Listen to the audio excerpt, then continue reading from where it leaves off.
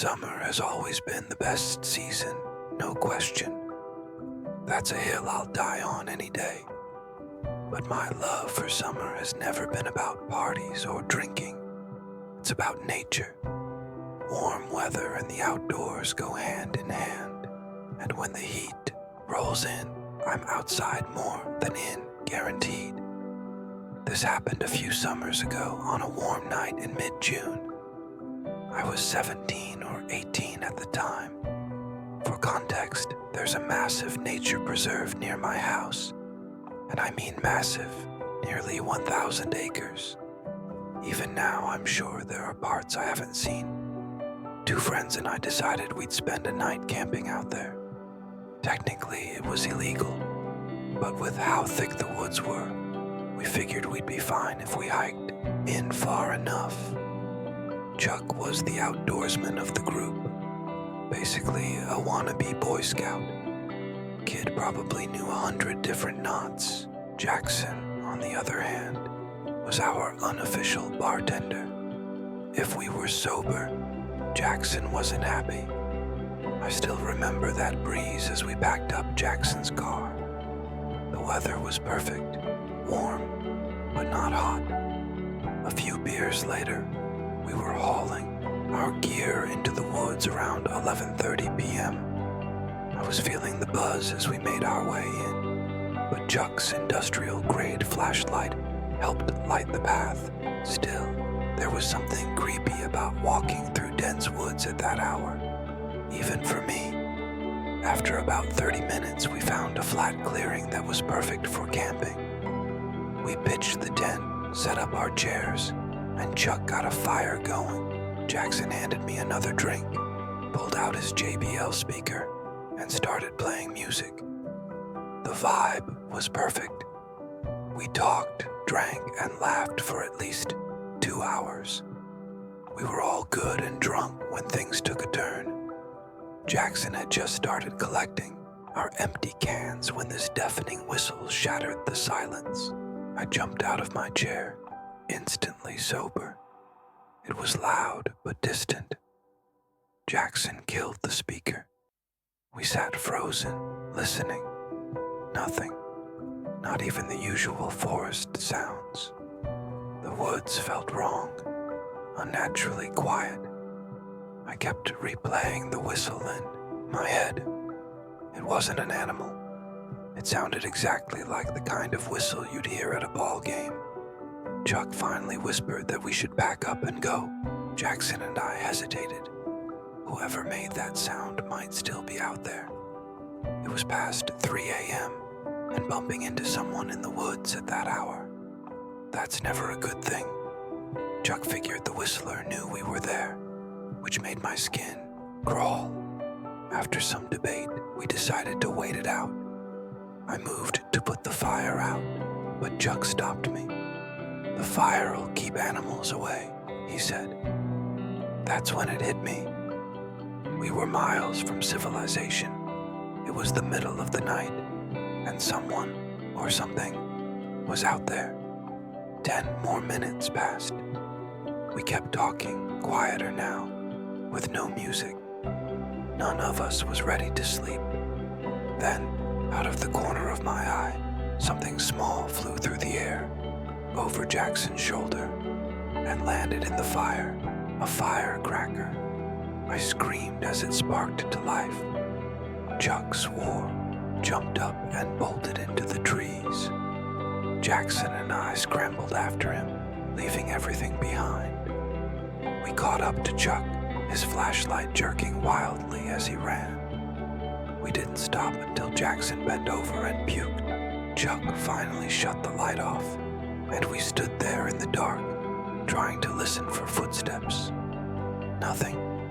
I was terrified. Who the hell throws a firecracker at a random campsite? We argued about what to do. Jackson wanted to bail for good. Chuck didn't want to leave all his gear behind. And he reminded us the fire was still burning. That part did make sense. A fire left unattended out there could be a real problem. Reluctantly, I agreed to go back with him. Chuck was surprisingly good at retracing our steps. As we got close, I saw the fire glowing again, but then Jackson grabbed my arm and pointed. His face was pale. There were 3 people sitting in our chairs. They didn't move. They didn't talk. They just sat there, staring into the fire. One of them had his mouth hanging open, like a statue. I was frozen. Who were they? Why weren't they saying anything? We watched for a while, then slowly turned to leave. But Jackson tripped on a rock and swore under his breath. Instantly, the fire went out, like someone smothered it, just gone. We didn't wait. We ran, and this time, we heard footsteps crashing behind us. We didn't look back. We just ran until we hit Jackson's car and tore out of there. No one spoke on the drive back. We were all in our own heads.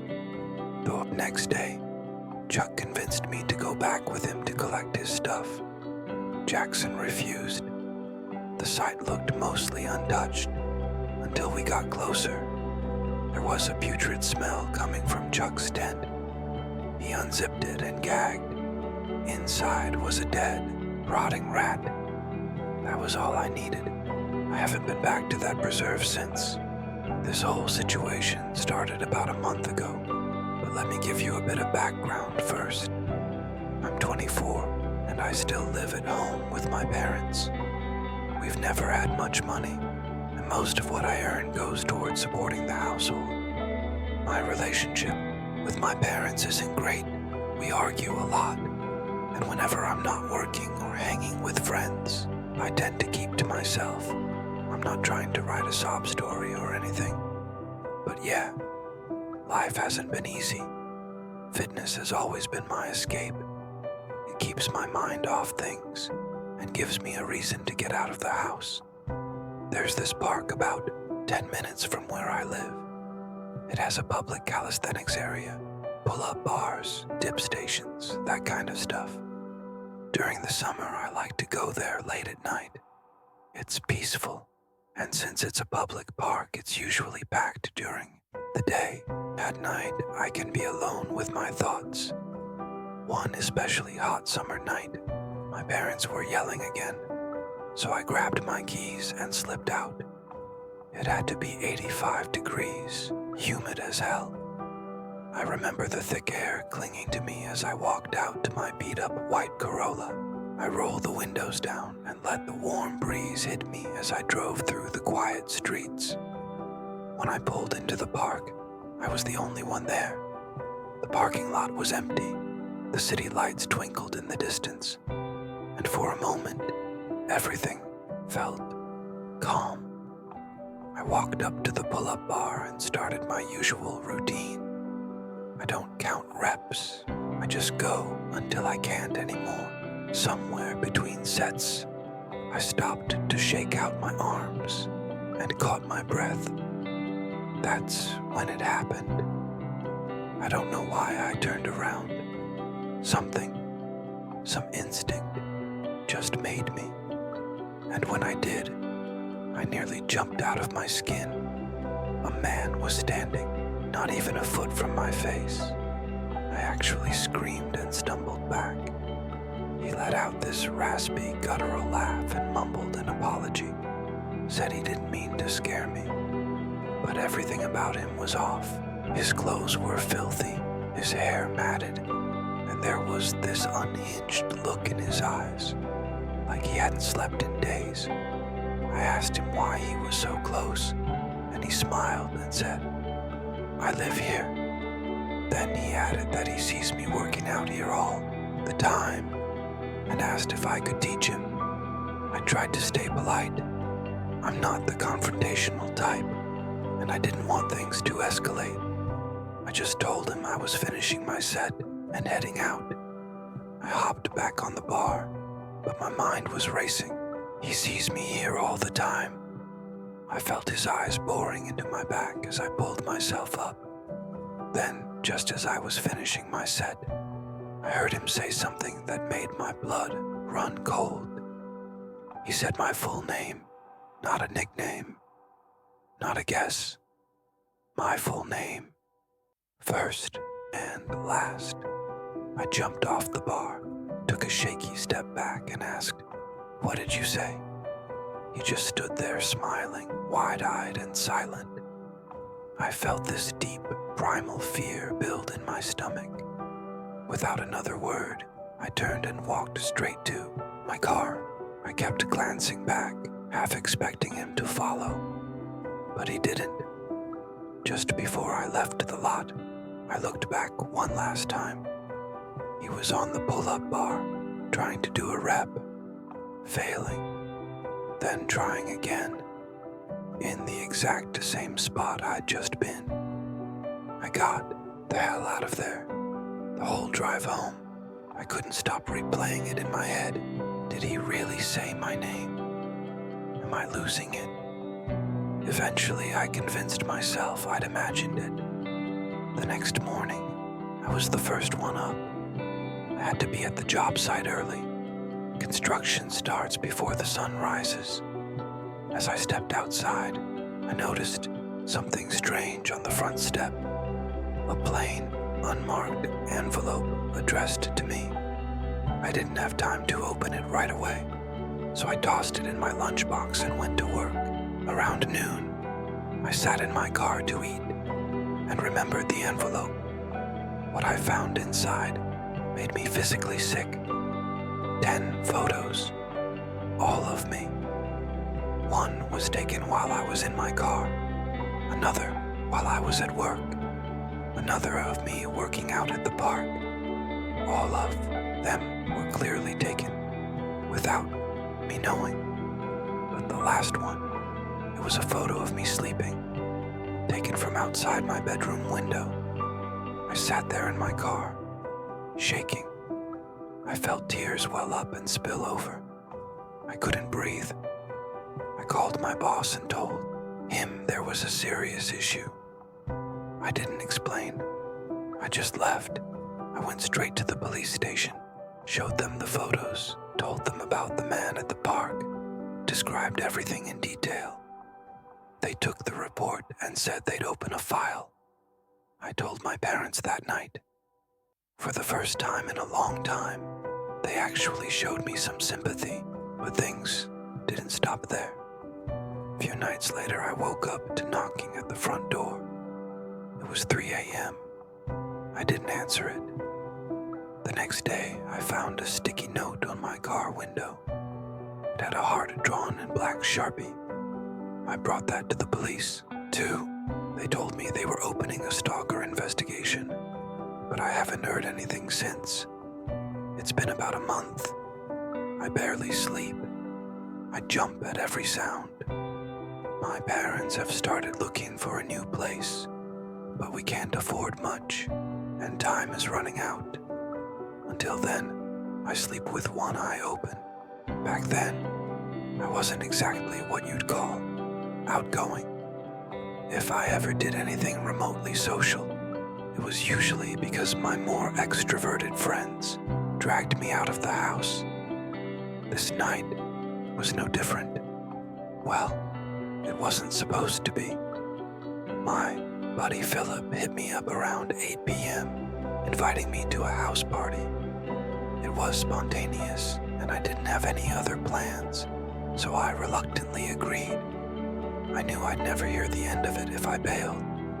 To be honest, though, the idea of a party, even filled with strangers, was more appealing than another night alone. Philip lived a few towns over, so we decided to just meet there. He sent me the address, and I was on my way. The literal second I turned onto the street, Philip texted me saying he was bailing. I sat in my car for a few seconds, feeling like a complete idiot outside some random person's house. I was annoyed, but after the drive, I figured I might as well go in. I walked up to the door and knocked. A guy named Randy answered. He greeted me with a warm smile, instantly likable, laid back. and welcoming without trying too hard. He introduced me around, and surprisingly, the people there were cool, friendly even. Way less awkward than I expected. A few girls even caught my eye. I decided to enjoy myself. I hit the booze harder than I should have. By around 2 a.m., the party was still going strong. But I wasn't. The room was starting to spin, and I desperately needed a breather. I went upstairs to look for a bathroom, but every door I tried was locked. This house was deceptively large. Maybe it was the alcohol, but I felt like I was walking through a maze. I eventually reached the top floor and found a door that led to what looked like an attic or storage space. At that point, I didn't care. I just wanted some peace. The room was dark and dusty, but I spotted a window in the far corner. I opened it and leaned out, letting the night breeze hit my face. There was a solid minute where I genuinely considered throwing up off the roof. The air helped. The quiet was a much-needed contrast to the noise downstairs. That's when I heard it. Footsteps on the roof. It didn't make sense. I thought I was hallucinating, but then I saw them. 2 masked figures crawling out of a different window across the rooftop, bags slung over their shoulders. Randy's house was being robbed. I froze. My drunk brain struggled to decide. Should I confront them? Yell? But what if they were armed? While I hesitated, I accidentally slipped on a loose shingle, making a loud scuffing noise. One of the burglars whipped his head toward me. Our eyes met. His partner noticed, and they both started moving toward me, quickly. My heart was pounding, adrenaline cutting through the alcohol. I didn't think. I followed them. They headed for a sloped section of the roof that led down to the backyard. I kept my distance, pulled out my phone to call 911, and immediately dropped it. It clattered loudly against the shingles. "Who's there?" one of them hissed. Panicking, I ducked and scanned the rooftop for anything I could use. I saw a loose shingle, yanked it free, and hurled it toward them.